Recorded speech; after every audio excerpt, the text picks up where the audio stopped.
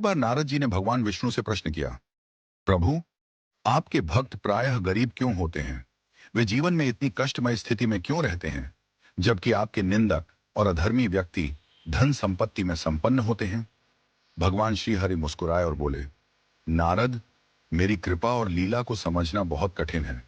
इसे समझने के लिए तुम्हें मेरे साथ पृथ्वी पर चलना होगा। इतना कहकर भगवान श्री हरि और नारद मुनि साधु वेश में पृथ्वी पर आए। वे दोनों एक नगर पहुंचे और वहां के एक धनवान सेठ के घर जाकर भिक्षा मांगने के लिए दरवाजा खटखटाया। सेठ जी गुस्से में दरवाजे की ओर आए और देखा कि दो साधु खड़े हैं। भगवान ने प्रेम से कहा, भैया, बहुत भूख लगी है, कृपया थोड़ा भोजन दे दीजिए। सेठ जी यह सुनकर क्रोधित हो गए और बोले, तुम लोगों को शर्म नहीं आती?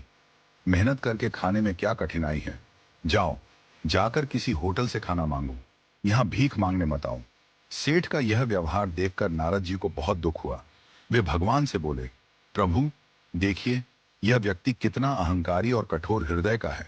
वह न केवल आपको पहचानने में असमर्थ रहा, बल्कि आपको अपमानित भी कर रहा है। ऐसे व्यक्ति को तो दंड मिलना चाहिए। कृपया इसे कोई अभिशाप दीजिए। भगवान मुस्कुराए और बोले, नारद, मेरी लीला अपरंपार है। देखो, मैं इसे अभिशाप नहीं, बल्कि आशीर्वाद देता हूं। यह कहकर भगवान ने सेठ को और अधिक धन संपत्ति बढ़ाने का वरदान दे दिया। नारद जी यह देखकर चकित रह गए। उन्होंने सोचा कि जो व्यक्ति भगवान की निंदा कर रहा था, उसे तो और अधिक धन का वरदान मिल गया, लेकिन आगे जो हुआ वह और भी रहस्यमय था। इसके बाद भगवान और नारद मुनि नगर के बाहर एक वृद्धा के छोटे से झोंपड़े के पास पहुंचे। वह वृद्धा अत्यंत गरीब थी और उसकी संपत्ति केवल एक गाय थी, जिससे वह अपना जीवन यापन करती थी। भगवान ने वहां भी भिक्षा मांगी। माए, बहुत भूख लगी है, क्या हमें कुछ खाने को मिलेगा? वृद्धा अपने झोंपड़े से बाहर आई और आनंदित होकर बोली, प्रभु, मेरे पास आपके लिए देने को बहुत कुछ तो नहीं है, लेकिन जो भी है वह आपका ही दिया हुआ है। कृपया इसे स्वीकार करें। यह कहकर वृद्धा झटपट अंदर गई और अपनी गाय का ताजा दूध निकालकर 2 कटोरे में ले आई। उसने बड़े प्रेम और श्रद्धा से भगवान और नारद जी को वह दूध अर्पित किया। भगवान ने प्रेम पूर्वक दूध ग्रहण किया और वृद्धा को आशीर्वाद दिया। नारद जी यह देखकर प्रसन्न हुए और बोले, प्रभु, ये देखिए, ये भक्त आपको कितने प्रेम से भोग अर्पित कर रही है। इसने अपने पास जो भी था वह सब कुछ आपको समर्पित कर दिया।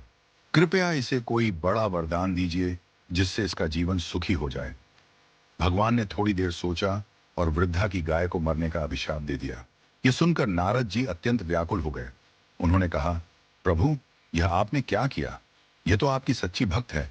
इसकी गाय ही इसका एकमात्र सहारा थी और आपने उसे ही छीन लिया। यह अन्याय क्यों? भगवान ने नारद जी की ओर देखा और बड़े प्रेम से समझाया, नारद, तुम्हें मेरी लीला समझ में नहीं आई।